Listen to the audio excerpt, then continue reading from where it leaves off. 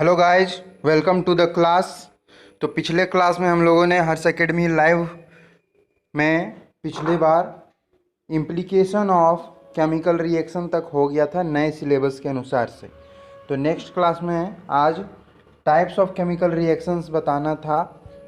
इससे पहले आप ज़रा मुझे कमेंट करके बता देंगे, मैं आपका कमेंट देख रहा हूँ, कि आप लोगों को केमिकल रिएक्शन बैलेंस करना आ गया कि नहीं। अगर केमिकल रिएक्शन बैलेंस करना आ गया मतलब इस चैप्टर का 50% आपका सिलेबस कंप्लीट हो गया है।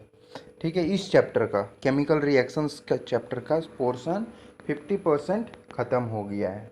ठीक है, जल्दी आपको एक फीडबैक फॉर्म मिलेगा, फीडबैक फॉर्म, जिसको कि भर करके आप सबमिट करेंगे और बताएंगे कि क्लास कैसा लग रहा है। ठीक है, टाइप्स ऑफ केमिकल रिएक्शंस में बात करें तो सबसे पहला टाइप जो आता है वो है हमारा कॉम्बिनेशन रिएक्शन। कॉम्बिनेशन रिएक्शन का डेफिनेशन ऐसा होता है कि दो या दो से अधिक रिएक्टेंट मिल करके सिंगल प्रोडक्ट का फॉर्मेशन करता है, तब वो हमारा कॉम्बिनेशन रिएक्शन कहलाता है। ठीक है, तब वो हमारा कॉम्बिनेशन रिएक्शन कहलाता है।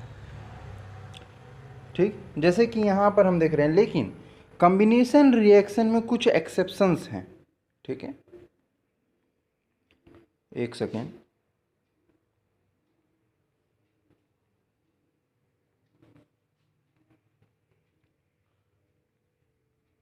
तो कॉम्बिनेशन रिएक्शंस में हमारा कुछ एक्सेप्शंस हैं।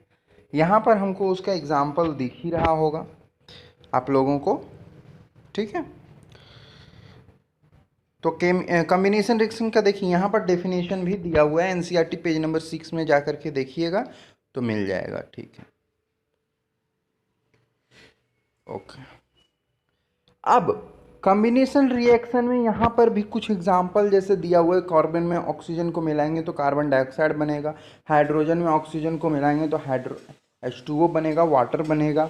ठीक है, तो इस तरह करके हम कॉम्बिनेशन रिएक्शन को कहते हैं। लेकिन कुछ केस में क्या होता है कि हीट जो है सो इवॉल्व हो जाता है, कुछ केस में हीट जो है सो रिलीज कर जाता है, तो उस तरह के रिएक्शंस को हम क्या बोलते हैं, एक्जोथर्मिक रिएक्शन बोलते हैं।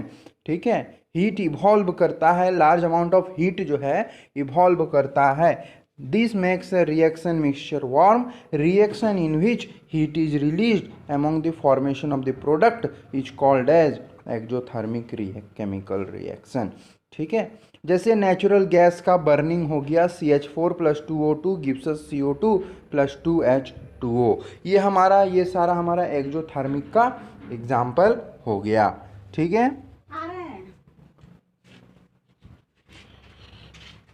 एक्जोथर्मिक का एग्जाम्पल क्या होगा, और एक्जोथर्मिक एक्चुअली होता क्या है। कोई भी रिएक्शन है एक्चुअली एक्जोथर्मिक जो होता है वो हमारा कॉम्बिनेशन में होता है, कॉम्बिनेशन रिएक्शन में होता है।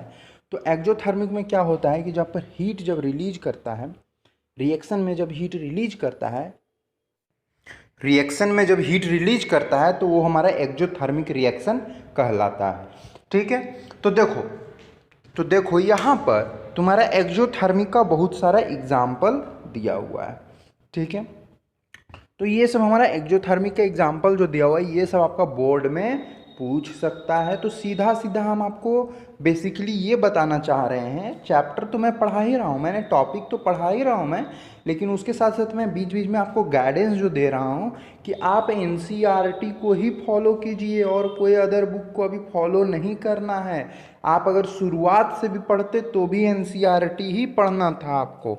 ठीक है, तो चलिए नेक्स्ट देखते हैं। अब नेक्स्ट जो हमारा टॉपिक है वो है डिकम्पोजिशन रिएक्शन।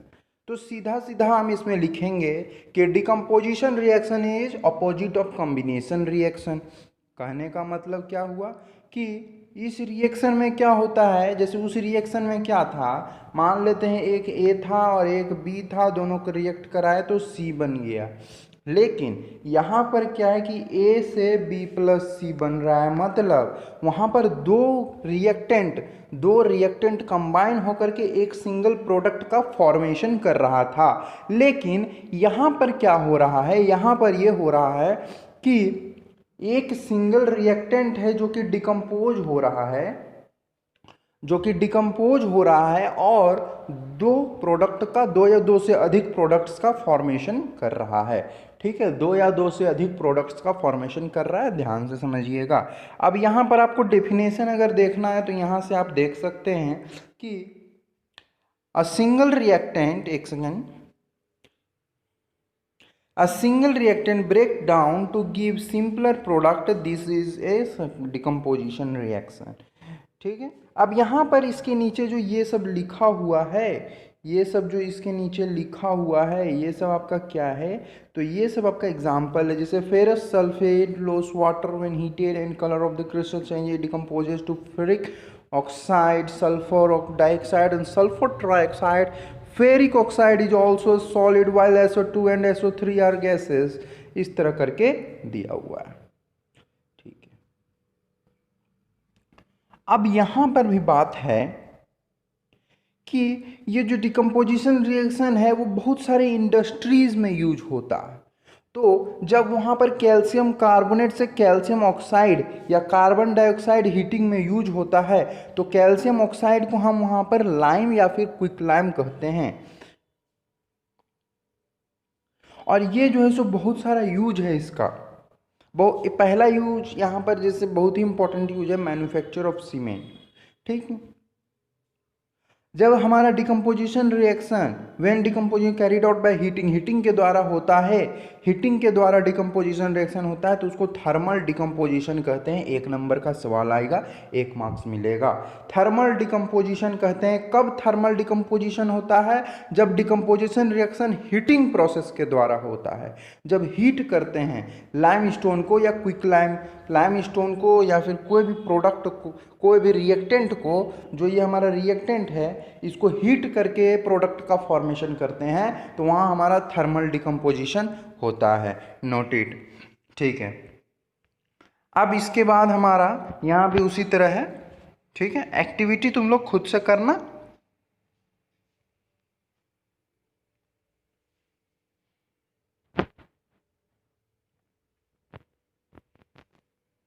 देखो, अब यहाँ पर है डिकम्पोजिशन रिएक्शन रिक्वायर एनर्जी। अब यहाँ वहाँ पर क्या था, कम्बिनेशन रिएक्शन में एनर्जी रिलीज होता था, तब उसको हम एक्सोथर्मिक कहते थे।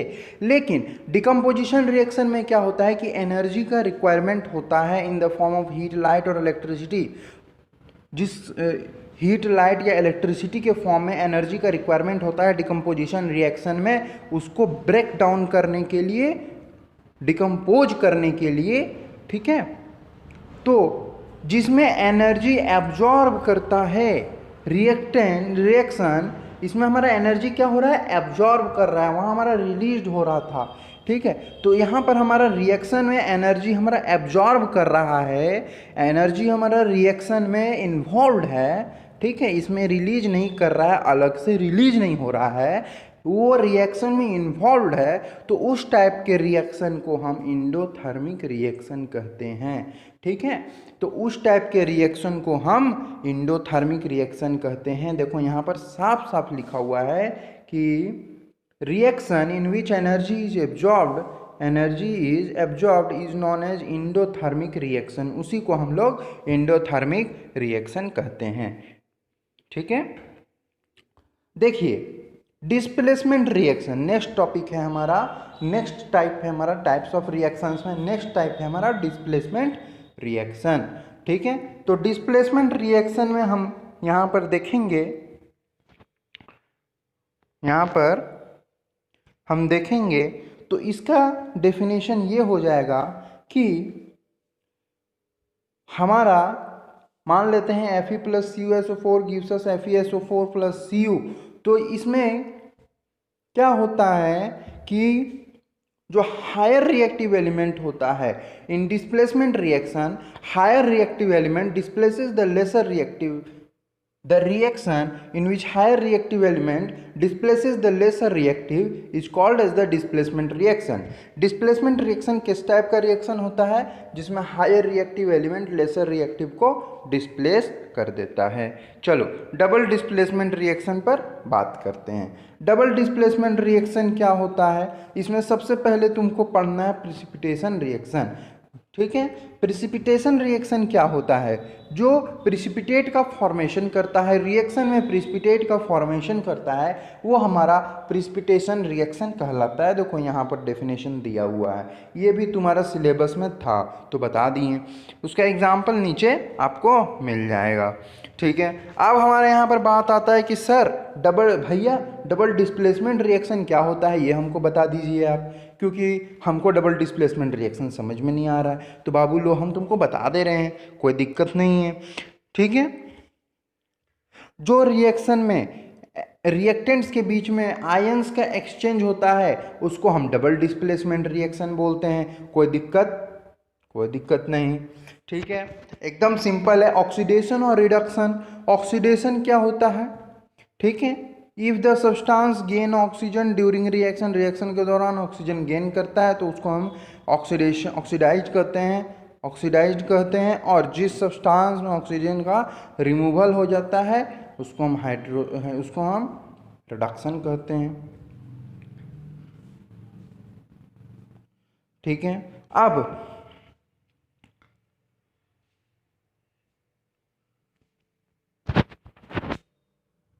रिएक्शन जिसमें ऑक्सीडेशन और रिडक्शन रिएक्शन एक साथ हो रहा हो, जहाँ पर ऑक्सीडेशन भी हो और रिडक्शन भी हो, तो उसको हम क्या बोलेंगे बता दो तो हम जान जाएंगे। तो ऑक्सीडेशन रिडक्शन रिएक्शन जब एक साथ होता है, सिमिलर एक ही रिएक्शन में होता है, तो उसको हम लोग रिडॉक्स रिएक्शन कहते हैं। समझ गए? अब यहाँ पर आपको ध्यान से समझने वाली बात ये है कि आप अगर रिडॉक्स रिएक्शन 10th में पढ़ रहे हो, यहाँ पर सिर्फ आपका एक डेफिनेशन से आपका ये रिडॉक्स रिएक्शन का ख़त्म हो जाएगा। ठीक है, रिडॉक्स रिएक्शन आपका खत्म हो जाएगा। आप 11th क्लास में साइंस लोगे तो आपका केमिस्ट्री में रिडॉक्स रिएक्शन होगा। पूरा एक चैप्टर है रिडॉक्स रिएक्शन, वहाँ पर आपको बहुत ही बढ़िया समझ में आएगा 11 में जब मैं पढ़ाऊँगा तो। ठीक है, तो ये हमारा रिडॉक्स रिएक्शन होता है। अभी हमें एग्जाम्पल यहाँ पर अगर देखें तो देखिए, आपको मैं जूम करके दिखाता हूँ। आपका है CuO प्लस H2 हीट हो रहा है तो Cu प्लस H2O बना रहा है। तो यहाँ पर आप ध्यान से समझिए, यहाँ पर Cu है, यहाँ भी Cu है, लेकिन यहाँ पर O जो है तो हट गया, तो यहाँ पर हमारा रिडक्शन हो रहा है। यहाँ पर H2 है, उधर भी H2 है, लेकिन यहाँ पर O ऐड हो गया। जहाँ पर O ऑक्सीजन रहेगा वहाँ ऑक्सीडेशन होगा, जहाँ पर ऑक्सीजन नहीं रहेगा वहाँ रिडक्शन होगा। तो यहाँ पर हमारा ऑक्सीजन हट गया, रिड्यूस हो गया। तो ये पर हमारा जहाँ पर हमारा Cu में ऑक्सीडेशन रिड्यूस हो गया तो हमारा Cu में रिडक्शन हो गया। यहाँ पर हमारा ऑक्सीजन ऐड हो गया तो हमारा वहाँ पर ऑक्सीडेशन रिएक्शन हो गया। उसी तरह आपको हम नीचे भी दिखाते जाएं तो ZnO प्लस C जिससे Zn प्लस CO, तो यहाँ पर हमारा रिडक्शन हो गया, सॉरी Zn से हमारा रिडक्शन हो गया, CO में हमारा ऑक्सीडेशन हो गया। तो ऑक्सीडेशन और रिडक्शन समझने में आपको भी तरह का दिक्कत नहीं होना चाहिए, आई होप। ठीक है, अब आपको मैं लास्ट टॉपिक बता देता हूँ, कोरोजन और रेंसिडिटी। ऐसे हमको लगता है ये टॉपिक आपका हट गया है। ठीक है, एक मिनट मुझे सिलेबस चेक करने दीजिए। ओके, मैं PDF आपको डाल दूंगा सिलेबस का, और PDF मैंने डाल दिया है सिलेबस का, तो आप वहाँ पर जा करके देखिए, उसमें कोरोजन और रेंसिडिटी नहीं है। तो गाइस देखिए, कोरोजन और रेंसिडिटी मैं नहीं पढ़ा रहा हूँ, मैंने सारे टाइप्स पढ़ा दिया। मैंने कहा था 2 दिन के अंदर आपका ये चैप्टर ख़त्म हो जाएगा। अब आपको करना क्या है? अब आपको करना ये है कि इसका आपको नोट्स बनाना है। अगर आपको अपने पर्सनल टीचर की कोई ज़रूरत पड़ेगी, अपने स्कूल टीचर, कोचिंग टीचर जो आप वहाँ पर पढ़ते हो, उसकी अभी अगर ज़रूरत पड़ेगी, अगर आपको अभी ही नोट्स चाहिए तो आप उनसे अपने टीचर से मांग सकते हो, अगर आपके पास थोड़ा सा दिमाग है, थोड़ा सा अच्छा से दिमाग लगा सकते हो, तो आप अपने बुक को खोलो, आज बैठो और केमिस्ट्री का नोट्स बनाओ। ठीक है, आपको यहाँ पर फिजिक्स केमिस्ट्री मैथ अलग अलग नहीं पढ़ना है, आपको सिर्फ केमिस्ट्री पढ़ना है, अभी मतलब पूरा साइंस पढ़ना है, मैथ तो अलग पढ़ना ही है ना। लेकिन साइंस में आपको मैं चैप्टर वाइज 16 चैप्टर है तो आपको 16 चैप्टर पढ़ा दूंगा पूरा वीक वाइज, ठीक है। वीक टू का मैंने वीडियो डाल दिया है, ठीक है। मतलब अभी लाइव नहीं आया हूँ, उस दिन लाइव आके आपको बताऊंगा, ठीक है। पिछला बार मैं लाइव आया था लेकिन वीडियो तो हमारा रिकॉर्डेड ही था, है ना, प्रीमियर था एक तरह से वो।